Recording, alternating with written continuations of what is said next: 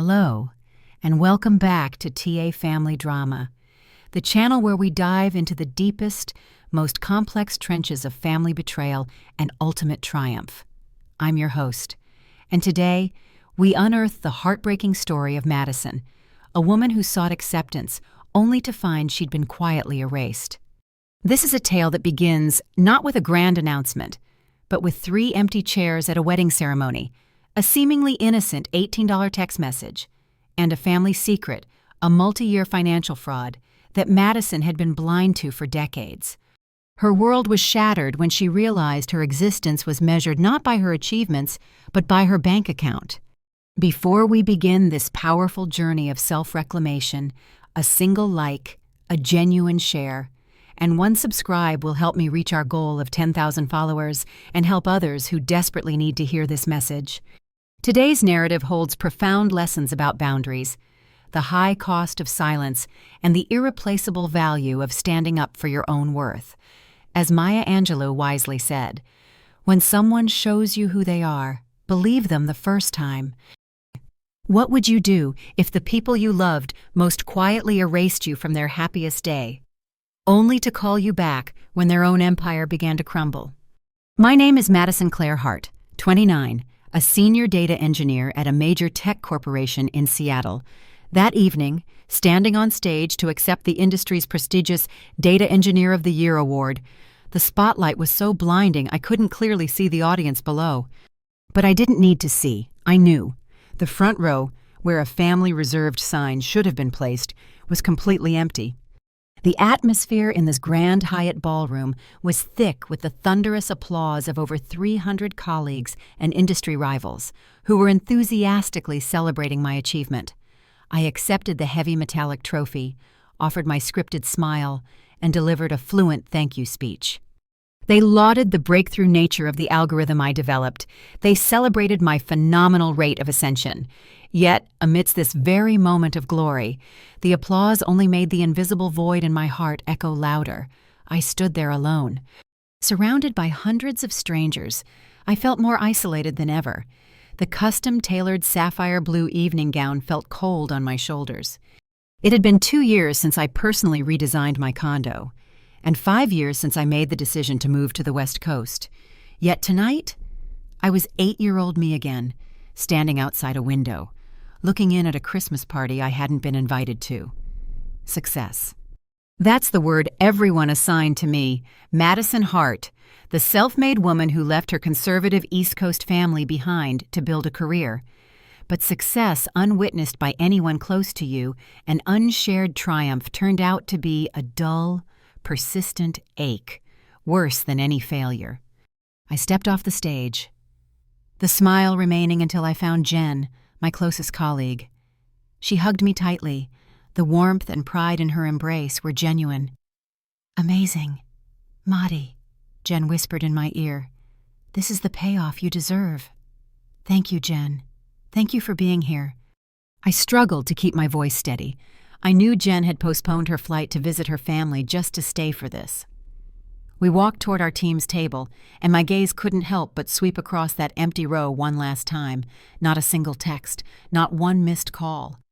Just 3 days ago, I had sent the invitation for the 3rd time. "I know you are both busy, but this is a huge deal. I've booked your hotel stay and first-class tickets. I want to share this moment with my family." 12 hours later, a terse email reply arrived from my mother, Elaine. "Congratulations, Maddie. Your father and Logan have a fishing trip planned 6 months ago.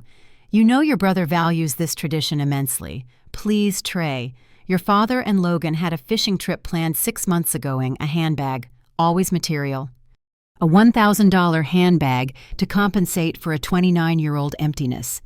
My heart chilled, not because of the refusal, but because of the ease, the casualness of it. It was like declining a regular lunch invitation, not the biggest professional event in their only daughter's life. I remembered 8 years ago, when my brother, Logan, received the Young Lawyer to Watch award from a local bar association. My father, Richard, had prepared a 15-minute speech, emphasizing Logan's innate leadership ability and the astute vision of his law firm. The dinner table that night seated over 20 people, and my mother took at least 300 photos. At that time, I was in my final year of college, working 3 jobs to pay rent and single-handedly building a small data analysis application. I told Mom I had been awarded the department's Distinguished Scholarship, and she only replied, "That's good, darling. Can you help Logan input the data for his lawsuit?" Logan needed support. Logan was on the path to success. Logan was the source of pride. And me, I was always the one who could handle it herself. In their subconscious, my independence was a convenience, a reason to redirect all their resources, time, and attention toward Logan, the one who always needed to be lifted up to shine. I realized that my self-reliance had ironically become the reason I was left behind. Tonight, as I accepted an award far exceeding any of Logan's achievements, the same dynamic played out. It was like an unbreakable law of physics. In the Hart family, Madison's success was inversely proportional to her parents' attention. I took a sip of sparkling wine, Jen telling a joke beside me. I tried to focus, tried to engage in the conversation. I looked around the room, at my colleagues and mentors. These were the people who had truly witnessed my struggle, my failures, and my persistence. They were the ones who chose to believe in me, not because of blood, but because of merit. Mid-party, as I was talking to a venture capitalist about my upcoming funding round, I discreetly checked my phone. The screen remained dark, not a single notification. The longing for recognition, despite years of trying to bury it, was still a hungry monster. It didn't need praise, it only needed presence. A nod, a text, a simple acknowledgement that I existed. "Madison, do you have a moment?" The person calling me was Olivia Reyes, my mentor since the earliest startup days. She was a powerhouse woman in tech, someone who saw me when I was just a shy kid with a bold idea. We stepped into a quiet hallway. She didn't hug me, nor did she compliment my latest success. She simply looked straight at me. "Don't let their absence dim your light," she said softly. "Their approval is not the measure of your worth. And this achievement is not an invitation letter for them to step into your life. It is a door you built. You have the right to decide who is allowed to walk through it." Her words were like an antidote. They touched the open wound and began the clotting process. I thought of Ethan. He couldn't attend tonight because he was at an architecture design conference in Tokyo, but he had sent a massive bouquet of white roses to my hotel room, along with a handwritten note. "I love you, Madi. I know you will shine, even when I'm not there to see it. You don't need anyone to validate your worth. We are enough. Ethan." The only person in my life who never made me feel like I had to earn his attention. His family had welcomed me with warmth and unconditional acceptance. They had flown to Seattle last year just to see me present a small paper at a local conference. "They didn't come," I whispered, just loud enough for Ms. Reyes to hear. "They are losing more than you are," Ms. Reyes replied. "They missed a historic moment for their daughter. You did not miss that moment. It belongs to you, Madison." I took a breath. She was right. This moment belonged to me. I had built it with sweat, tears, and countless sleepless nights. It was mine, not for their acknowledgement, but for my affirmation. When I returned to the table, my attitude had shifted. I was no longer sneaking glances at my phone. I was no longer searching for validation in the eyes of others. I raised my glass with confidence and spoke with everyone about the future of the industry, the projects I was nurturing, and my vision. That night, I slept in the hotel's presidential suite, beside the gilded Data Engineer of the Year statue. The night was quiet, but my heart was no longer empty. Solitude was no longer an insult, but a testament to inner strength. I had won, not because I had received the award, but because I had accepted their absence. The next morning, I woke up with a startling sense of lightness. I knew it was time to change the rules of the game. If their absence from my wedding 5 years ago and this monumental event were not heavy enough for them to truly see me, then perhaps I needed to create something with more physical weight. I opened my laptop. The first window I accessed was the website of a luxury car dealership I had been tracking for a long time. The car I wanted, a symbol of elegance, power, and speed. A metallic gray Porsche 911 Targa was waiting. It's time. Madison. If they can only see shiny things, then I will provide them with the shinest thing of all. I picked up the phone and called my Finn. If they can only see shiny things, then I will provide them with the shiniest thing of all. Ensure it is delivered to my villa this Friday. Montier. I returned to my lakeside villa after the awards ceremony. Everything was perfectly, chillingly flawless. The living room lights automatically illuminated as I entered, casting a glow on the minimalist white walls adorned with abstract artwork I had bid on. Everything in this house was the result of my labor, devoid of inherited items, free of any trace of the past. I placed the Data Engineer of the Year award on the black marble console table. The statue sparkled under the ceiling lights, but that light couldn't dissipate the cold feeling that had clung to me since last night. Sadness, an emotion I rarely allowed myself to feel, welled up in my chest. It wasn't a fierce storm, but a persistent drizzle, leaving every hidden corner damp. I kicked off my high heels. The evening gown slipped to the floor. I wanted to shed all these layers of perfect facade. I wanted to be Madison, the girl who could scream in frustration without fear of judgment. Just then, the phone on the table buzzed. An antiquated SMS, not via a chat app, but a regular text message, the type they still use to contact me. I knew who it was without looking. My mother, Elaine. I opened the message. No greeting, no question about the ceremony, no belated congratulations. Just a cold command, followed by a number transfer $18,000 immediately. Your brother found a new apartment in Portland, needs urgent deposit. I stared at the screen. My mind went blank. Then a torrent of mixed emotions rushed through. Not a single word of congratulations, not a single "how was the ceremony," not even a simple inquiry about my long flight or how I was feeling. Only a number, like a bill waiting to be paid, an unnegotiable order from the family's finance department, your brother. She meant Logan, who was 4 years my senior, a supposedly up-and-coming lawyer who needed a deposit for a new apartment. I knew Logan had been losing money for the past few years. I knew my parents had to dip into their retirement savings to maintain their lifestyle. I knew because distant relatives occasionally called, not to congratulate me, but to lament the Hart family's financial situation. Logan, the perpetually prioritized, perpetually pampered one, the one who missed my wedding for a fishing trip, now needed rescuing again. And my parents believed I just needed to tap a few buttons for $18,000 to materialize, as if I were the family's premium ATM, functional only for dispensing cash, devoid of emotion or needs. The earlier pervasive sadness suddenly morphed into numbness, laced with a sense of bitter irony. $18,000. How easily did they think I acquired that amount? Did they truly believe that if I could afford a $3,000 dress for an awards ceremony, $18,000 was nothing?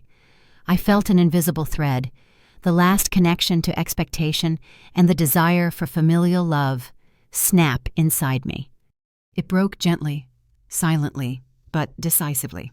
I began typing a reply. My finger hovered over the screen, pausing for a moment before hitting send. I didn't want to be angry.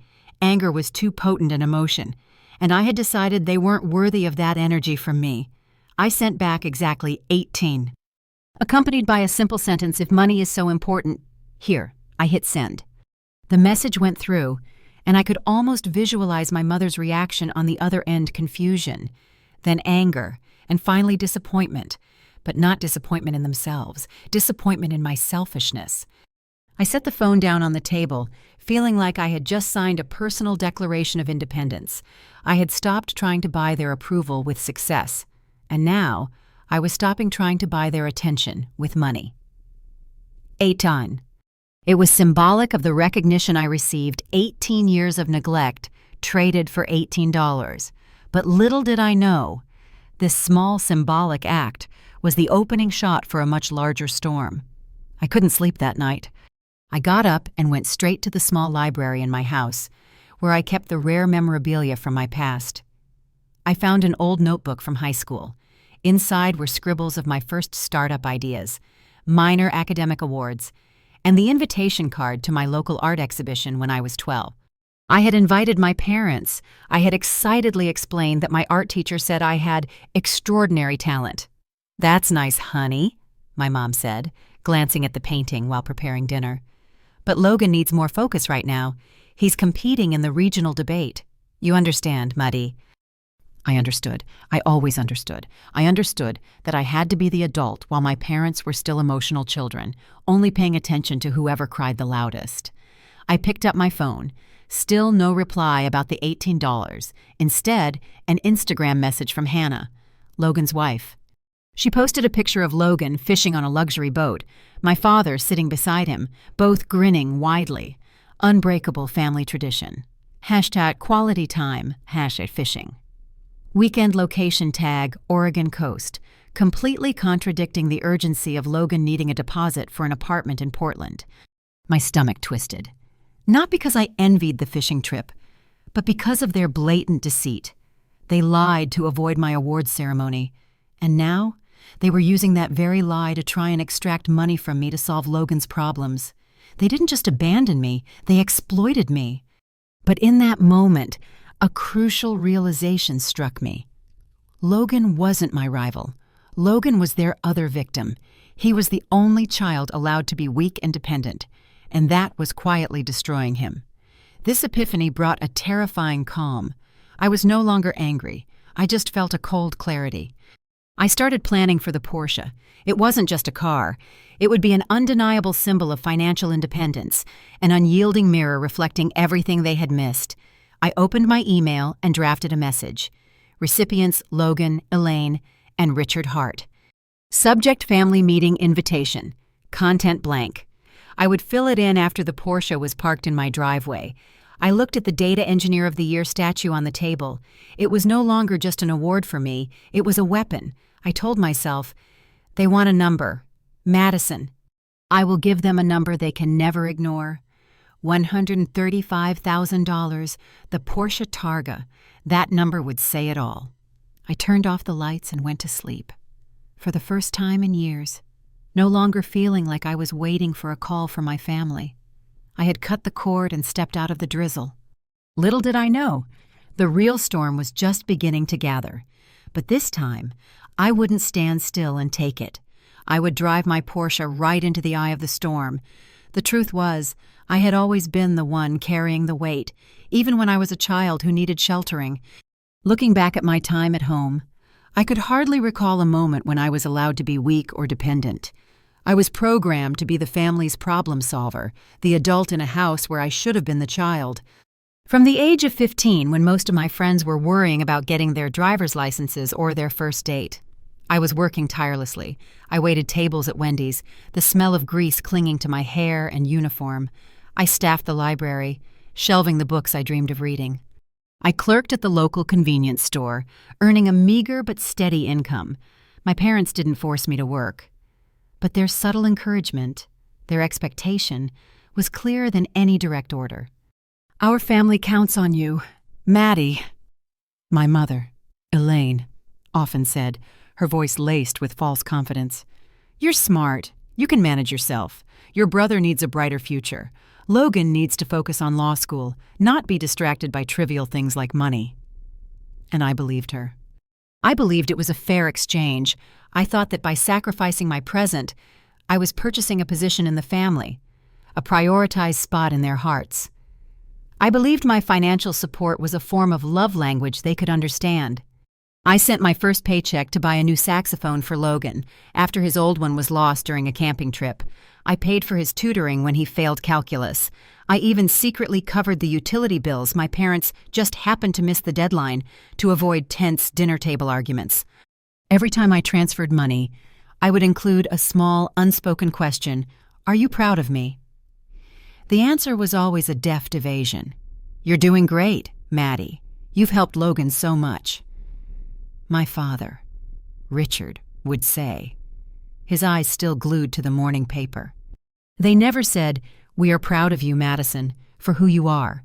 They were only proud of my function as a problem solver, as a financial backup source.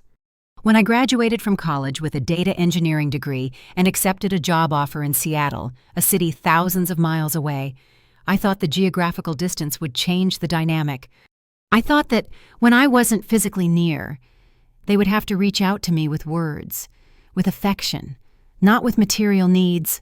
But no, even as a senior engineer with an enviable salary, I was still just their walking wallet. Logan needs a nice car for his interviews. Transfer $5,000.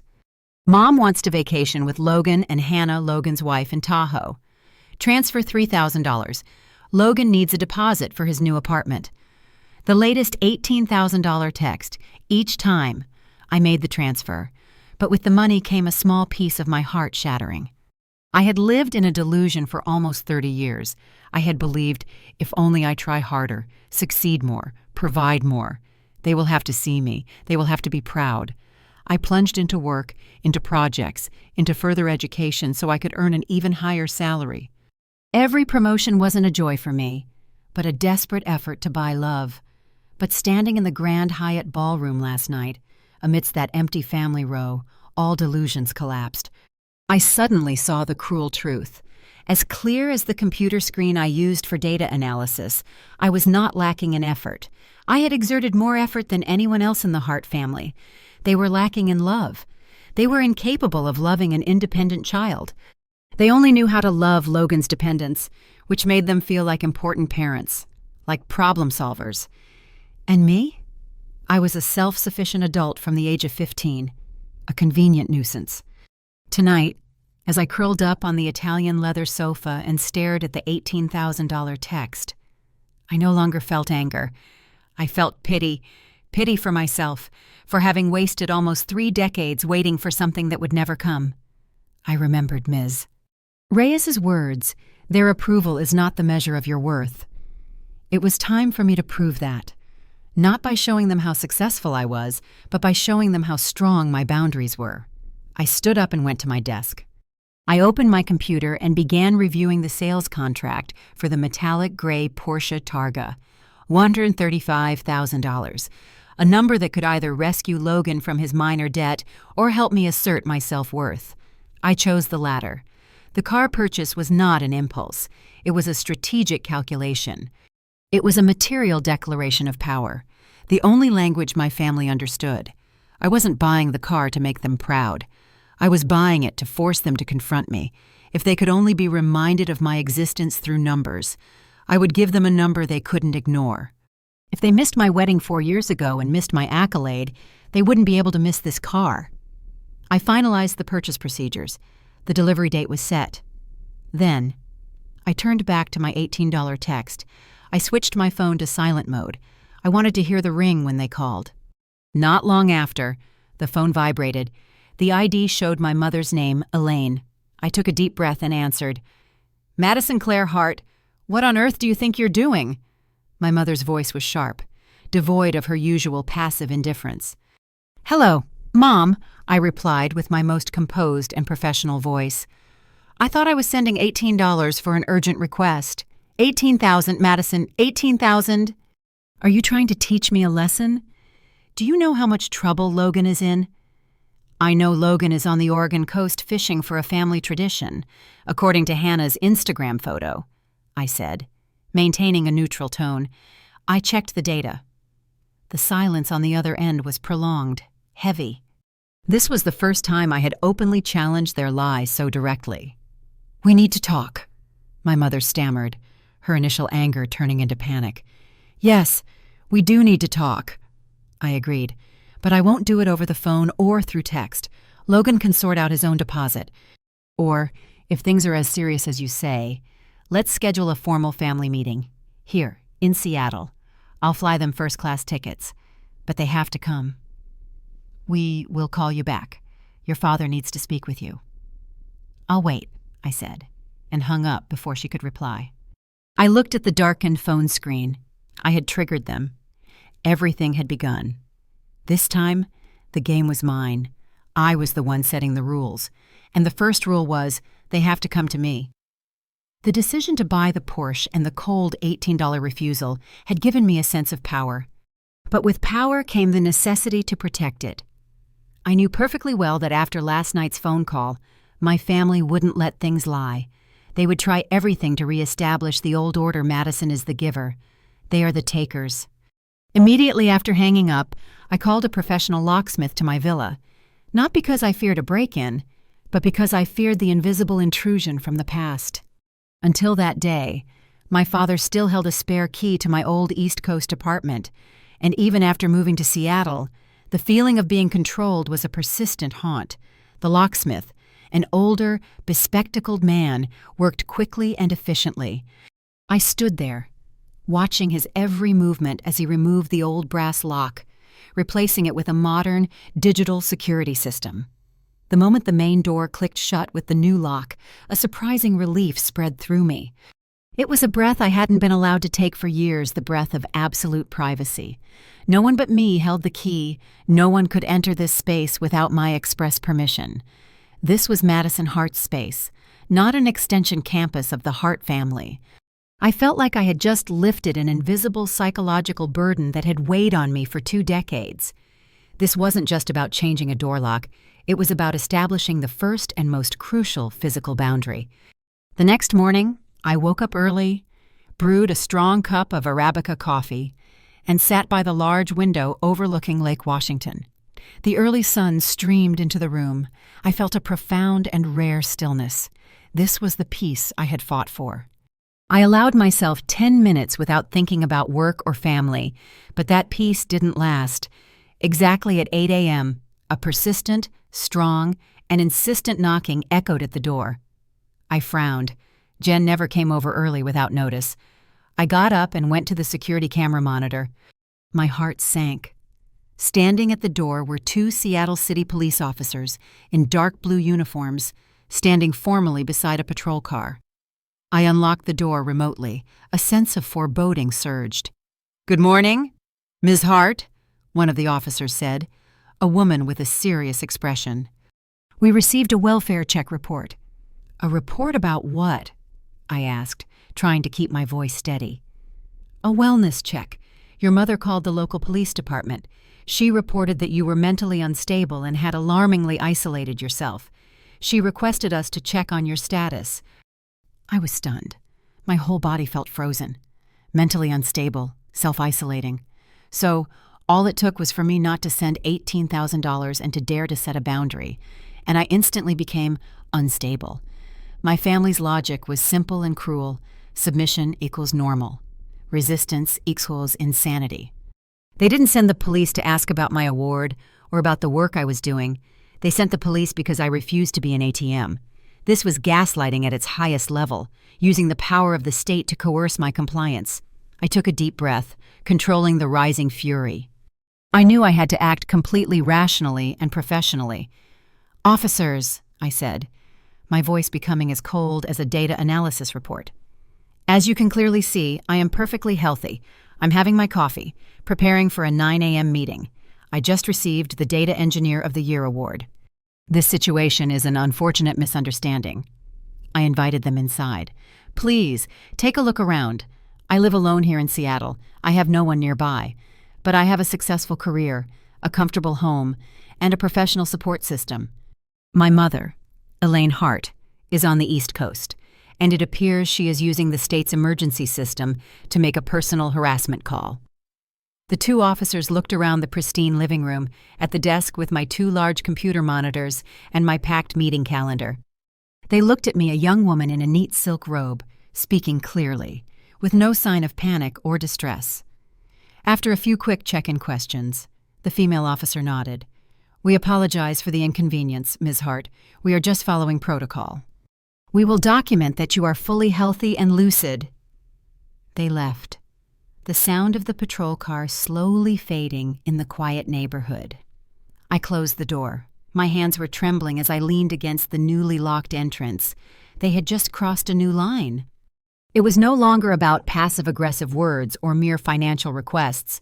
This time, they attacked my stability and credibility, weaponizing government concern. If this information were to leak, it could severely impact my career in the tech industry, where lucidity and mental stability are paramount, especially with an upcoming funding round. This was no longer a family game. This was war. The anger flared within me, a brilliant fire, but not one of destruction, a fire of self-protection. I walked straight to my office and made a phone call. The first person I called was the company's corporate lawyer, Patricia Kelleher. Patricia, I need you to immediately draft a cease and desist letter to my parents. State clearly that any attempt at communication outside legal channels will be considered harassment, and any false police reports will be met with a countersuit for abuse of the emergency system and severe emotional distress. Second, I continued, my voice cold and resolute, I need you to contact the company's information security department. I want to monitor any attempts by my family to contact my business partners or investors, especially Logan. He tends to be sneaky. 10. I had established the physical boundary, and now it was time to establish the legal and professional ones. I looked out the window. The metallic gray Porsche Targa was due for delivery tomorrow. It was no longer a luxury item. It was a steel shield, a silent declaration, I am not the prey.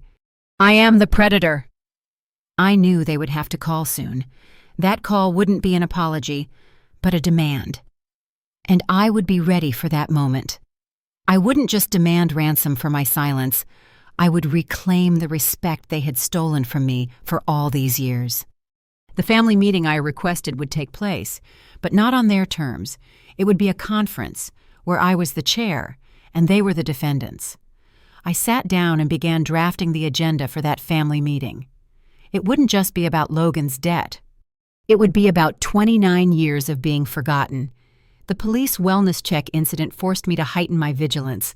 I knew that the purchase of the $135,000 Porsche 911 Targa would be a major move, and I needed to ensure all financial procedures were transparent and flawless. Although I had more than enough to pay in cash, checking my credit score remained an indispensable professional habit. I sat in front of my computer screen and logged into the credit reporting portal. I expected my score to be excellent, reflecting my high income and perfect repayment history. But the number that appeared made me frown. It wasn't excellent, it was unusually dismal for someone with my net worth. I opened the detailed report, line after line of data scrolled by, and then I saw them. They appeared stark, sharp, and cold as bullets. 2 large mortgage loans, totaling $320,000. $320,000. My heart felt like it dropped to the oak floor. My whole body went numb. I had to rub my eyes, tilt my head, and reread my own name, Madison Claire Hart, 5 times before I could believe what was staring back at me. First loan, $140,000. Second loan, $180,000. Total, $320,000. Purpose, property renovation and purchase. Registered address, my parents' house in Spokane, Washington. The clause that choked me, cosigner, Logan Hart. I shot up from the chair, taking a few steps back from the screen. Logan, not Evan. I had always mentally confused the names Logan and Evan because both were prioritized as brothers. But it was Logan. Logan had used my name. My parents had consented to it. I lived in Seattle. I had never signed any mortgage documents related to the Spokane house. I had never stepped into any loan office in Oregon, which was listed as the transaction location. Logan had used my name, or worse, they had used my identity. The feeling of betrayal that surged was not anger, but a sickening nausea. I had thought they only wanted my money, but no. They wanted my entire identity. This was financial fraud, a crime. It didn't just ruin my credit score, it threatened my entire career and financial future. If investors discovered this problematic credit history, my company's upcoming funding round Crescent Motion Studio would collapse. A chill ran down my spine. I didn't sleep that night. I tossed and turned in the living room, my mind reeling with endless questions. How long ago did they do this? How did they forge my signature? Where did all that $320,000 go? I was almost certain it was to maintain Logan's extravagant lifestyle, pay for the Tahoe trip, and the new apartment in Portland. Most importantly, what were they thinking when they did this? The answer was chillingly simple. They believed I owed them. They believed my assets were shared family property, and Logan, the one who needed lifting up, had the right to use them without my consent. The next morning, with dark circles under my eyes and steely resolve, I called Patricia Kelleher, my lawyer. "Patricia, drop everything you're doing. We have a serious problem. This is no longer harassment. This is financial crime. I need you to proceed with 2 parallel actions immediately. First, contact both lending institutions. Demand the full original documentation for these 2 $320,000 loans. I need to know whose signatures are on those documents. Prepare a complaint for identity theft and financial fraud charges. Second, I want the family meeting organized immediately. But not in Seattle, and not in Spokane. Book a discreet, neutral, windowless meeting room at a high-end hotel in Portland where Logan is attempting to rent his new apartment. I want them to arrive there feeling threatened, not comfortable." Patricia, ever the professional, just quietly took notes. "Madison, this is a serious step.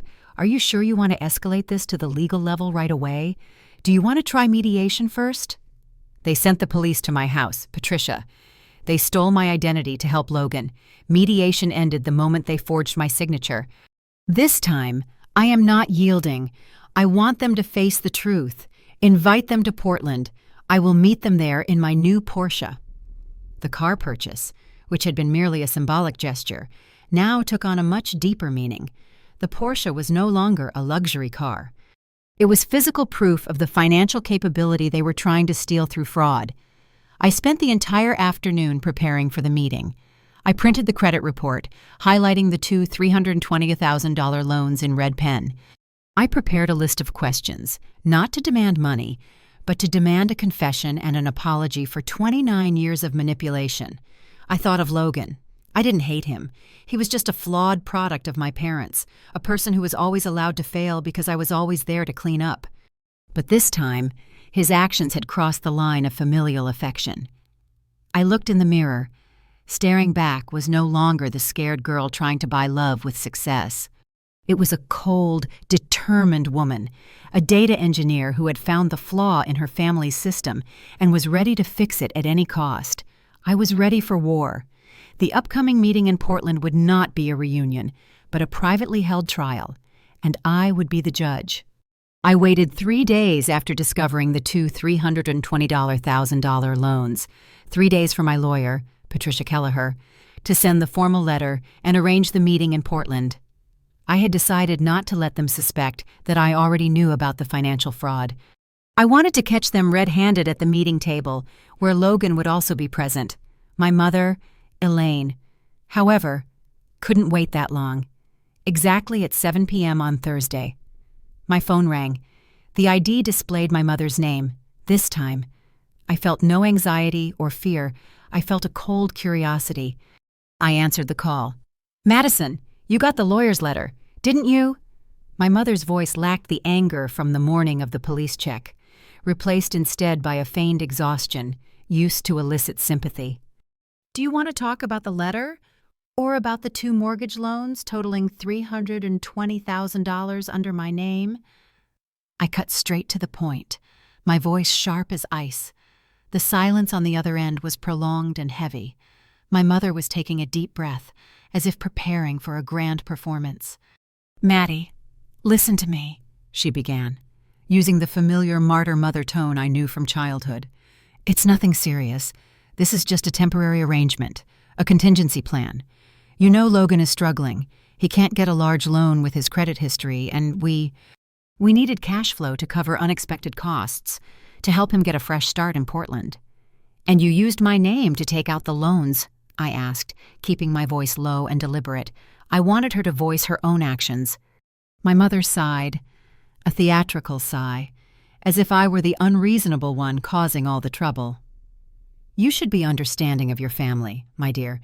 You're the most successful one in the house. You have the best credit score, a flawless financial history. You should help your family. You know that. Your brother needs a head start. This is your responsibility." "It's not a responsibility," I corrected, every word carefully measured. "It's fraud, Mom. Financial fraud. I never agreed, never signed any documents. You and Logan forged my signature. Do you realize that—" At this, My mother's voice turned cold and threatening. The feigned exhaustion vanished. "Don't use those words, Madison. If you report this, if you blow this up, this family will be ruined. You will destroy Logan's future, your father's reputation, and my own old age. Don't turn yourself into such a cruel and selfish person." That familiar accusation, selfish, was always their last weapon.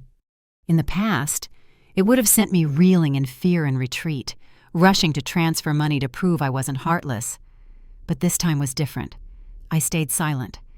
In that silence, I looked out the window, where the Seattle streetlights were beginning to glow. I wasn't shaking. On the contrary, I felt a deep stillness, a moment of absolute truth. I realized something I had never dared to admit. They had never loved me unconditionally. They didn't love Madison, the one who built her own career. They loved Madison, the one capable of rescuing Logan. They didn't see me as a daughter. They saw me as a resource. In that moment, the last emotional cord connecting me to them was completely severed, not out of anger, but out of cold acceptance. I took a breath, and when I spoke, my voice was clear, firm, and foreign. It was the voice of a new Madison. "You're right. I won't let this family be ruined, but whether the family is ruined or not is a consequence of the wrong choices you and Dad made. As for me, I choose to protect myself. The meeting will take place in Portland on Saturday. My lawyer will send the details. I will not discuss anything further until then. And Mom, I will not withdraw the financial fraud complaint until we have a clear legal resolution." My mother started yelling accusations. "You will regret this. You will see the consequences of turning against your own parents." I hung up. I turned off the phone and placed it on the table. I had done what I feared most, a direct confrontation, without backing down, and I survived. The feeling was not one of victory, but of liberation. Tomorrow was the day my Porsche 911 Targa would be delivered. I looked out at the night sky. I would drive that car to Portland, where I would confront them. The car, a symbol of independent success, had now become the vehicle for me to reclaim my stolen identity. I no longer felt guilt. I only felt an iron determination. I called Ethan in Tokyo. "Honey," I said, my voice a little rough, "it's come to a head. I need you to remind me why I'm doing this." Ethan was silent for a moment. Then his voice came through the phone, warm and steady. "You are reclaiming your name, Madison. You are reclaiming your life. You are the strongest person I know. Remember, you don't need anyone's permission to exist. Tomorrow, I will go to Portland. I will. I would arrive not as the daughter they wanted, but as Madison Claire Hart, a successful data engineer, an entrepreneur, and a woman ready to fight to protect herself."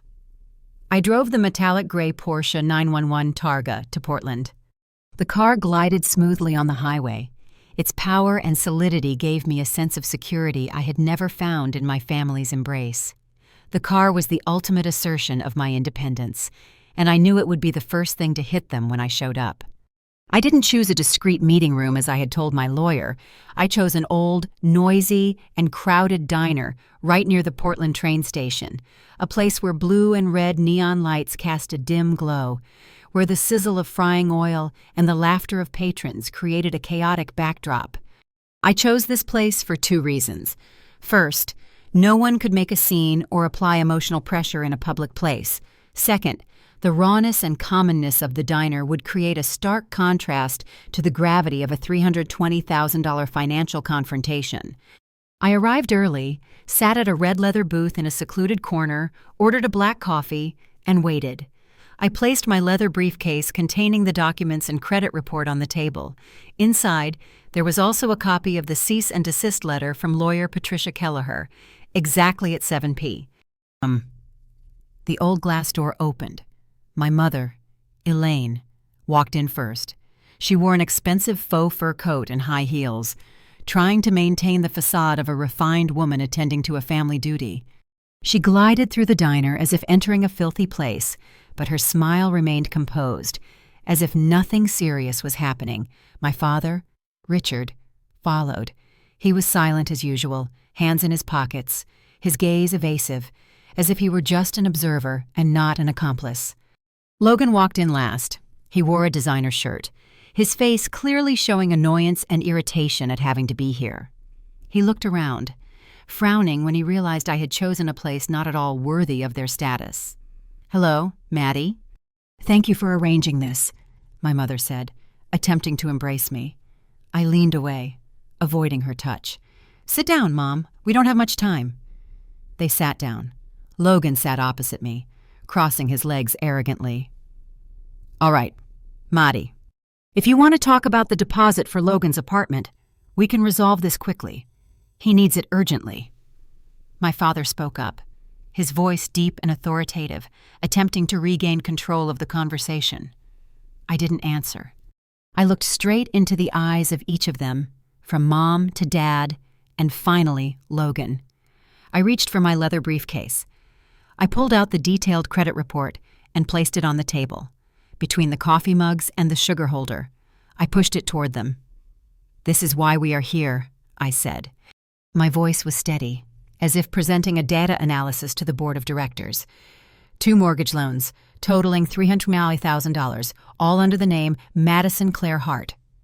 Logan glanced at the report. "It's family, Maddie. I just needed to borrow your name temporarily.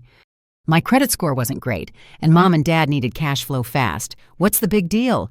Why overreact?" Logan gave a dismissive smirk, waving his hand, his attitude completely contemptuous. His words felt like a punch. They had violated my identity, and he called it borrowing my name temporarily. "Logan, are you aware that action is financial fraud?" I asked. "Come on, don't be so dramatic," Logan retorted. "We're siblings. Mom and Dad have already taken out all their savings to help me. You're the one making millions. You should be the last person to complain." "We're siblings," I repeated, a slight smirk on my face. "You missed my wedding for a fishing trip. You let my parents send the police to my house, and now you steal my identity. So, what is your definition of sibling?" My father looked up at me, the first time he looked genuinely flustered. My mother tightly gripped her hands. "Logan, stop," my mother whispered. "No, Mom," I said. "Let him talk." I looked at Logan, then back at the report. The truth is, this $320,000 could cost me contracts, investors, and my entire career. You are destroying everything I have built, not to help a loved one, but to save a lifestyle. I bent down and took out my smartphone. I said nothing, just played an audio file.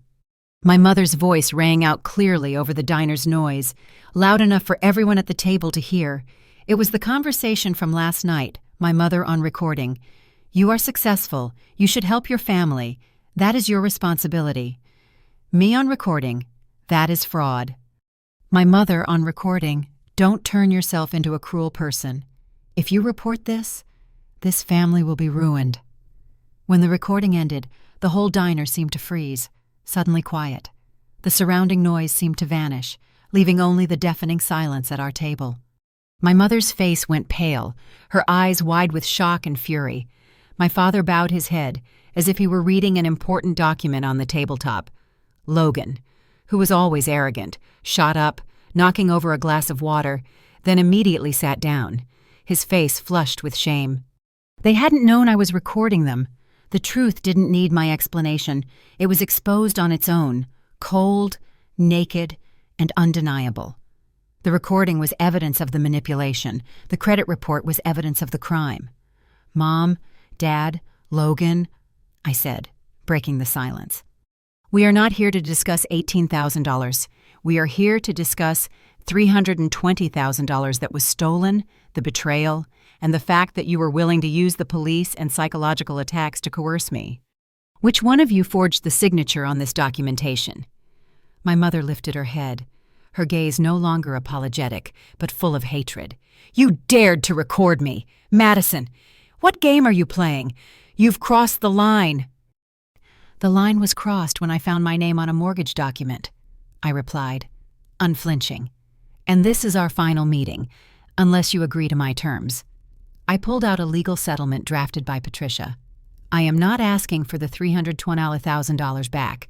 I will resolve these loans. But I demand justice, and more importantly, I demand respect." I looked into their eyes.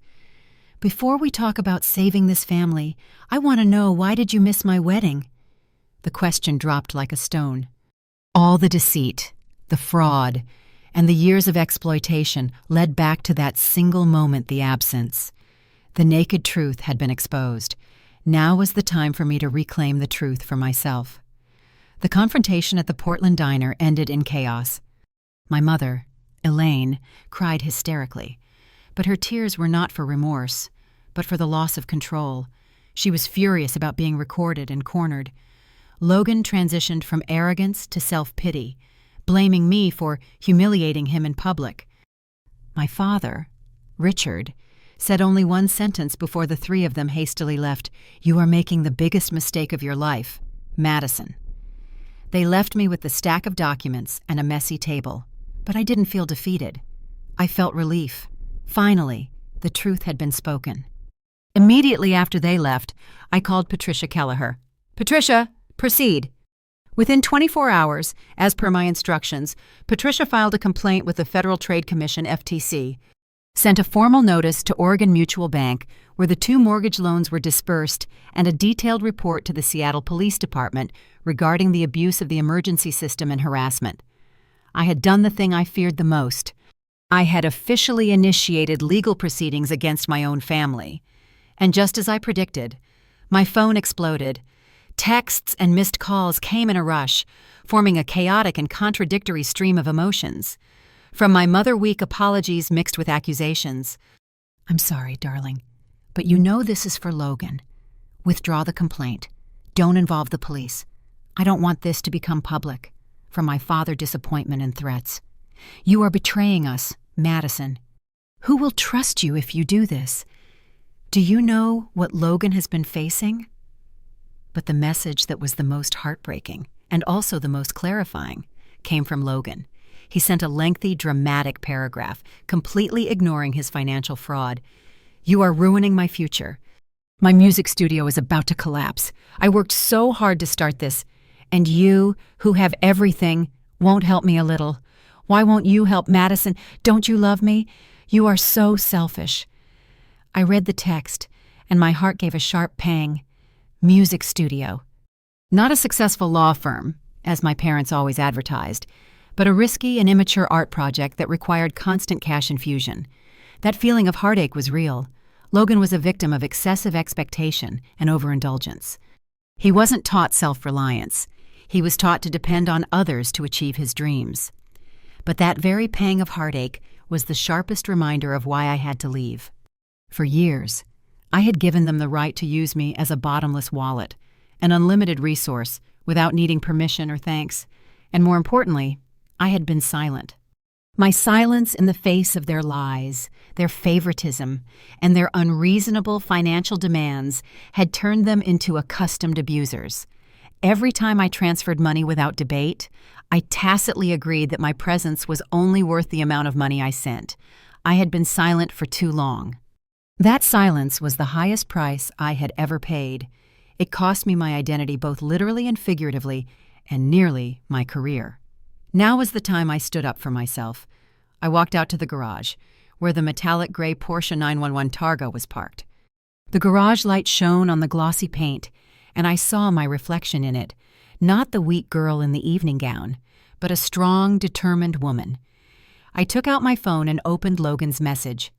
Instead of writing a critique, I chose a different approach, the approach of a cold consultant, not a soft sister.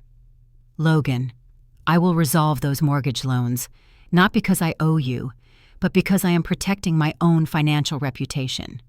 Regarding the music studio, if you want my help, you need to send me a business plan, a 3-year balance sheet, and a clear report on why you need that $18,000. If you cannot solve your own problems, never come to me. I am not a savior. I am an investor." I hit send. Concise, professional, and cold. No emotion, no accusation, just business logic. After that, I drafted an email to all 3 of them, informing them that all future communication would have to go through Patricia Kelleher. I was completely resetting the rules of the game. I was not their daughter, nor Logan's sister. I was Madison Claire Hart, CEO of Crescent Motion Studio, and I would only deal with them on a professional basis, with contracts and clear boundaries. That night, I slept soundly. The liberation came from finally speaking the truth. I was no longer afraid of the consequences my parents threatened. I only feared one thing: continuing to live in silence and deceit. This awakening was the true price of years of silence, and it was entirely worth it. I had saved myself from a role I never wanted to play: the victim. 2 months after the intense confrontation in Portland and my filing of the complaints with federal agencies, my life in Seattle gradually stabilized. I continued my work at Crescent Motion Studio, preparing for the crucial upcoming funding round.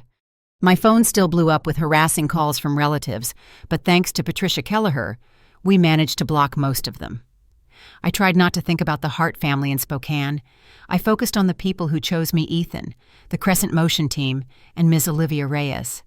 I had built a solid emotional wall, but I knew that wall was only temporary until justice knocked. One Tuesday afternoon, as I was reviewing a partnership contract, my office phone rang. "Madison Hart speaking," I said. "Hello, Miss Hart? I'm Mr. Thomas Grant, Senior Legal Representative for Oregon Mutual Bank." I put my pen down on the desk. My heart started pounding, quick and heavy, each beat signaling an approaching conclusion. This was not Patricia's call. This was the call from the opposing party in the case. "We have completed our internal investigation regarding the 2 mortgage loans totaling $320,000 under your name." Mr. Grant's voice was professional and cold. "We confirm that your signature was forged on both documents. Our legal department compared your signature on employment contracts and tax records with the signature on the loan documents. They do not match." I couldn't say a word. I could only hear my own frantic heartbeat and the humming of the office air conditioner. Although I already knew the truth, hearing it confirmed by a major bank was still a profound shock. Mr. Grant continued, "We also reviewed surveillance video from our branch office. The camera clearly recorded the person who submitted the application, spoke with the loan officer, and signed the final documents. That was Ms. Elaine Hart, your mother. She was accompanied by Mr. Richard Hart, your father." In that moment, I closed my eyes. Not in anger, but in a feeling of deep liberation. My mother, the one who always claimed to uphold the family's morals and honor, had personally forged a signature to commit fraud. "Our bank has declared these 2 loans void due to fraudulent activity. We require Ms.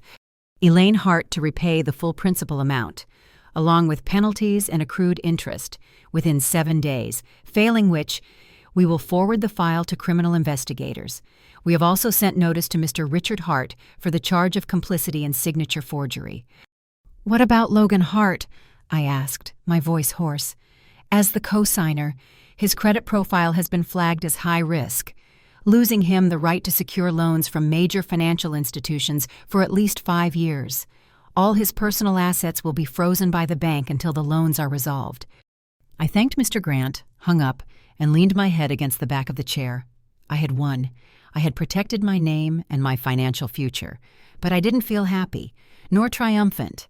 I just felt light. Light, as if a cold, heavy stone that had rested on my chest for 30 years had finally been lifted. The consequences began to ripple outward. The Hart family, known for being conservative, valuing reputation and perfection in the Spokane community, now faced a collapse of honor. News of a major bank demanding the repayment of a colossal amount, of my parents being investigated for fraud, quickly spread throughout their social circles. People who once praised my family for being united and well off were now whispering behind their backs. Hannah, Logan's wife, had to lock her Instagram account. Logan, whom my parents always touted as a promising young lawyer, now faced the collapse of his music studio due to an inability to access capital. He wasn't facing a normal failure. He was facing a failure caused by his own lack of self-reliance and the crime of his own parents. That evening, I sat on my leather sofa and watched the city lights. I called Ethan, who had flown back from Tokyo. "It's over," I said, my voice subdued. "And you didn't do it, Madi," Ethan replied. "They did it to themselves. You were just the one who turned on the light." "I thought about Logan," I admitted. "I feel guilty." "You tried to help Logan by asking him to send a business plan. He chose to blame. You did everything you could. Now, Logan has to face the reality that your parents created for him. That's consequences, not vengeance. Ethan's sobriety was always my anchor. That night, I realized the true meaning of winning. Victory wasn't seeing my family collapse. Victory was the liberation from their control, the ability to watch them fall without feeling their pain as my own anymore. I had removed the stone, and now I was ready to build a new legacy, not just to protect myself, but to protect others from the kind of manipulation I had endured. I opened my laptop, not for work, but to research scholarships and support funds for young female filmmakers. I had that $320,000 that was stolen the money Oregon Mutual Bank demanded repayment for.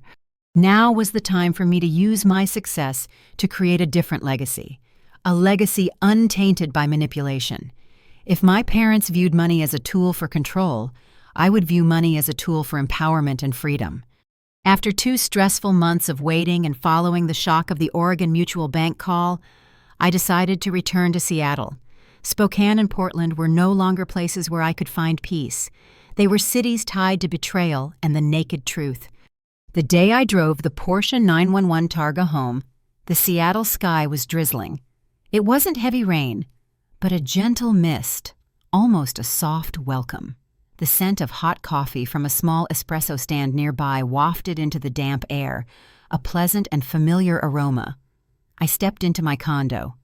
Everything was still simple, minimalist, and peaceful. The white walls, the warm walnut furniture. This was the space I had personally designed, with not a single item chosen by my parents, not a single family photo hanging on the walls. I looked around, and for the first time, I felt like I truly belonged here. It wasn't just a property, it was a fortress. I walked into my small library and retrieved 3 significant items.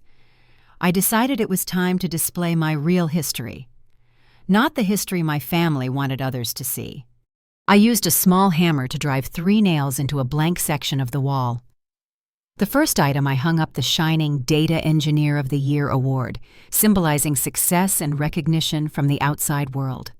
The second item, a copy sealed with a red stamp of the conclusion from Oregon Mutual Bank, confirming my mother, Elaine Hart's, signature forgery. It was proof of the betrayal and the explanation for my absence. And the third item, an old, worn key, the key to the old lock that I had replaced on the day I discovered the deception. Beside it was a small note I wrote with a marker the day I changed the lock. These 3 moments marked the 3 versions of Madison Claire Hart. The old version, always trying to buy love with success, the trophy, the hurt version, facing the cruel truth, the fraud conclusion. The strong version, deciding to protect myself and set boundaries. The day I changed the lock. I stepped back, looking at my new display. It was a personal art installation, an affirmation that I was no longer hiding my wounds. I brewed a cup of hot coffee, slowly savoring each sip, feeling the rich flavor spread through my mouth. I smiled. It wasn't a smile of joy, but a smile of serenity. That peace came from seemingly simple things. I was no longer called in the middle of the night with urgent financial demands. No one was using my identity to fraudulently secure loans anymore. The fear of being exploited no longer haunted my every financial decision. I was living for the first time, truly living without having to worry about paying for my own existence, living without having to prove my worth, living without having to hear the persistent ringing of a phone from someone trying to manipulate me. I opened my laptop and video called Ethan. He was in his office, smiling warmly. "I saw your email," Ethan said, his voice full of pride. "The draft for the Women in Media Arts Foundation." "Are you serious?" "Absolutely serious," I replied. "I'm going to use a portion of my personal assets to establish it. My goal is to support young women, those with talent who are overlooked by their families or circumstances. I want to create a place where they can receive unconditional recognition and resources." I looked at the display wall. I don't want that $320,000 or any money I earn to become a tool of manipulation. I want it to become a tool of empowerment. Ethan smiled. That is the best way to turn pain into purpose. Madi, this is your true legacy. Our call lasted an hour. We talked about the foundation's name, the scholarship criteria, and potential mentors. For the first time, I was using my success not to buy something flashy like the Porsche, but to build something deeply meaningful. I realized that establishing legal boundaries was only half the battle. The other half was filling the void left by my old family with positive and constructive things.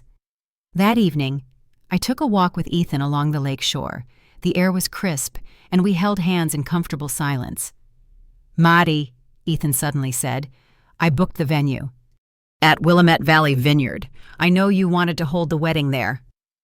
I turned to look at him, my heart skipping a beat.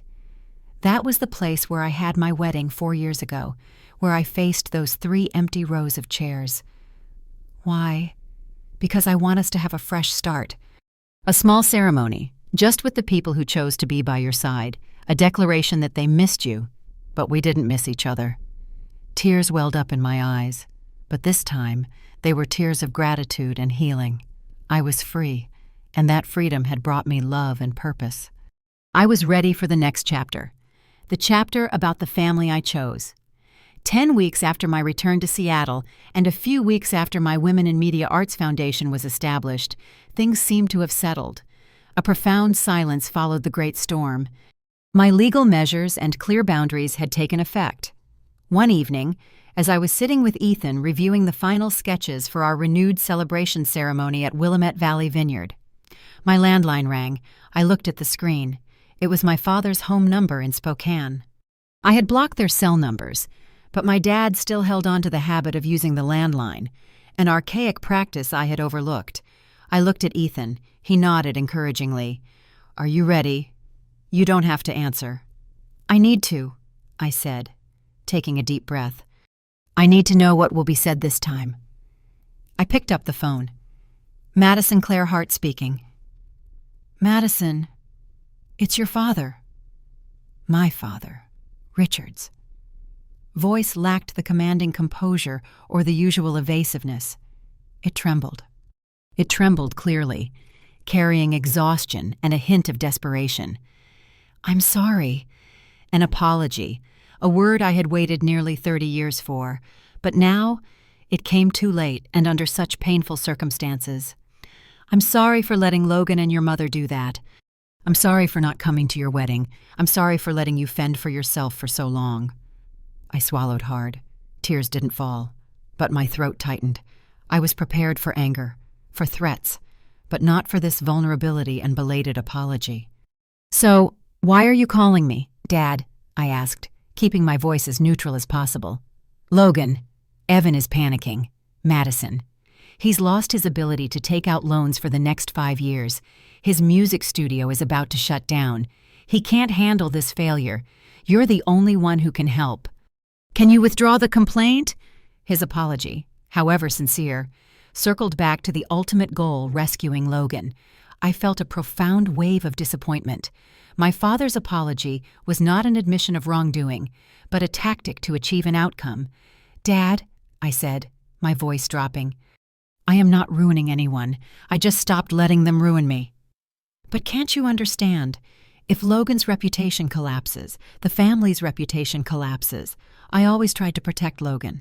He's the weaker child. You're the strong one. You can bounce back." I remained silent, letting his words hang in the air. I know I made a mistake, but it's hard to accept." He exhaled sharply, the weary sigh of a man facing a bitter reality. "I know, Dad. I know, Hay," I said. I couldn't lie that I didn't understand his pain. "Are we still family, Madison?" my father asked, his voice now almost a plea. I looked out the Seattle night window. The city lights reflected on the glass like the tears I once hid. Family. The word carried too much weight, too painful a history. "Dad, I don't know." That answer was the only truth I could offer.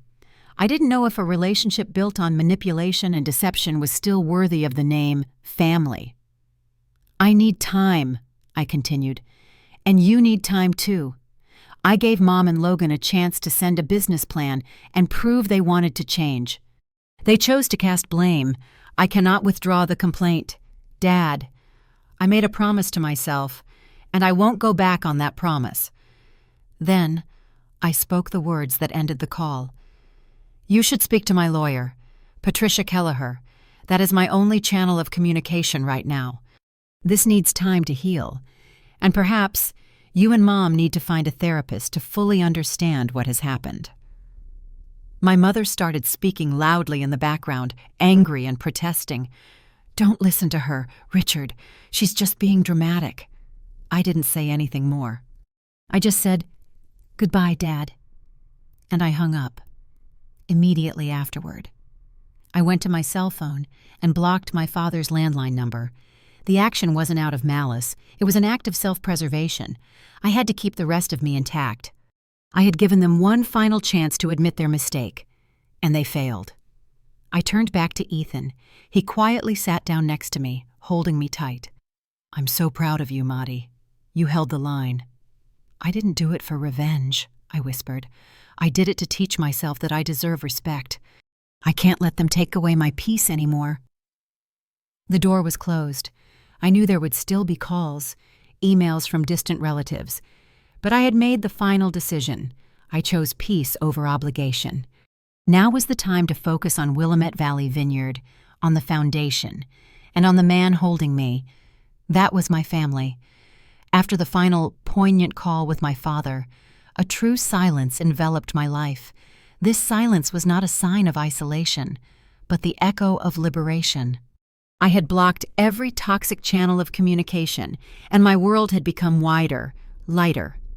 I accepted a new job offer in Bellevue, at an AI-focused tech company with an even better salary than before. The new environment was completely different, no pressure to prove myself, no scrutiny. My colleagues were kind and professional. They looked at me with the respect due to a top data engineer, not with curiosity about family drama. My personal life also shifted. I joined a local climbing group. Every weekend, I went hiking with Ethan and new friends on the majestic trails of Mount Rainier or Olympic National Park. Conquering mountains was not just a physical challenge, it was mental therapy. Standing on the summit, breathing the fresh air, looking down at the world below, I felt small against nature, yet grand within my own life. I learned to laugh genuinely. That laughter wasn't the perfect facade I had learned to deploy at social events. It was effortless, stemming from a genuine joy when sharing a silly joke with Ethan, or when completing a difficult mountain trail. I realized I had missed this natural, pure emotion for too long. Many nights, lying in bed and listening to the soft Seattle rain outside the window, I involuntarily thought of my family. That remembrance carried no pain or longing to return. It was a calm acceptance, a gentle melancholy. I remembered the image of a family I had once hoped to have, not the actual family that had abandoned me.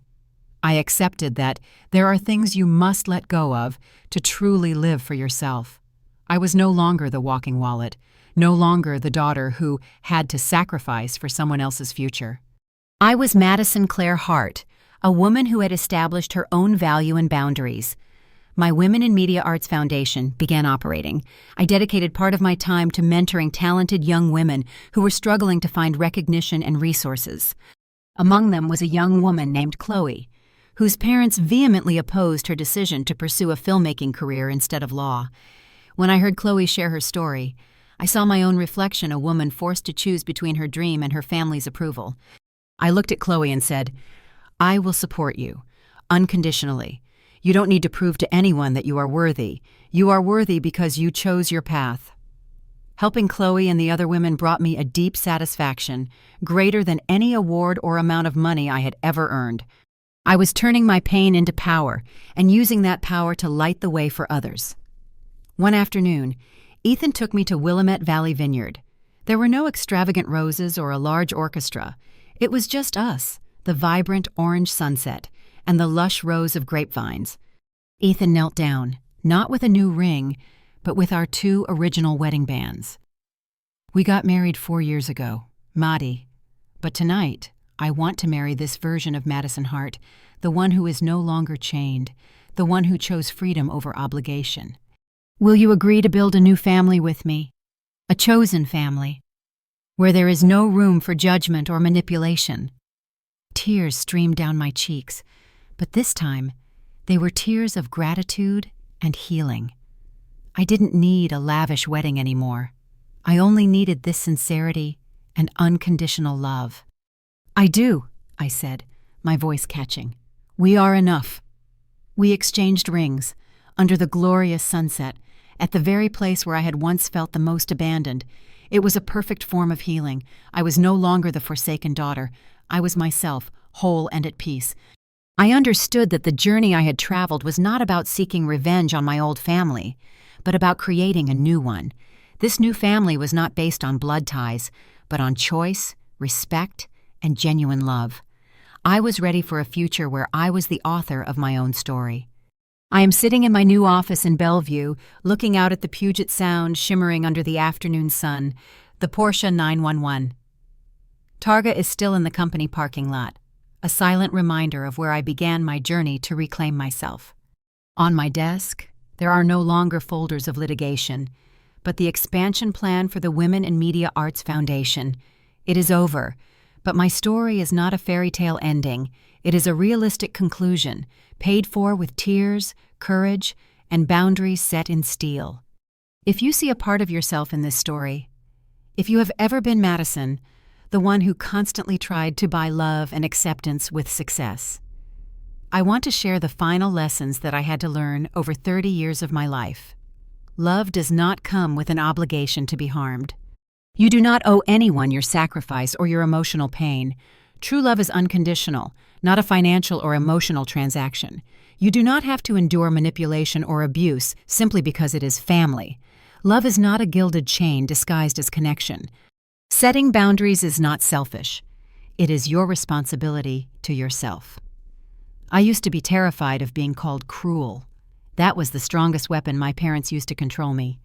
But sending the lawyer's letter, hanging up the phone, changing the lock, and even reporting the fraud, that was not selfishness. That was necessary self-preservation. It was my fundamental responsibility to my mental health, finances, and identity. Do not let the fear of judgment dictate your right to freedom. Family is not defined by shared blood. Family is where you are not treated as a resource. I found my family in the most unexpected places, Ethan, who gave me unconditional presence, Ms. Olivia Reyes, who saw my talent, Jen and my colleagues, who genuinely celebrated my success, and Chloe and the mentees in the foundation, who are turning pain into purpose.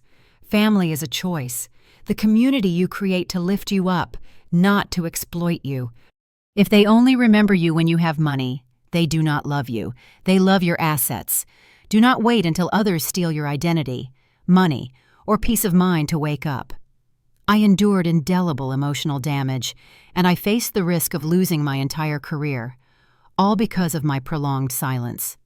Do not let your story repeat itself. Listen to that small voice inside you, the one telling you that something is fundamentally wrong. Ask yourself, which door do I need to lock right now to protect myself? What am I buying with my silence? If I had nothing left to give, would they still stay? And if you dare to step across that first boundary, if you dare to say no, or this is my limit, know that you are not alone. We are thousands of Madisons living, fighting, and resetting the rules of our own lives. We are more numerous than you think. We are each other's chosen family.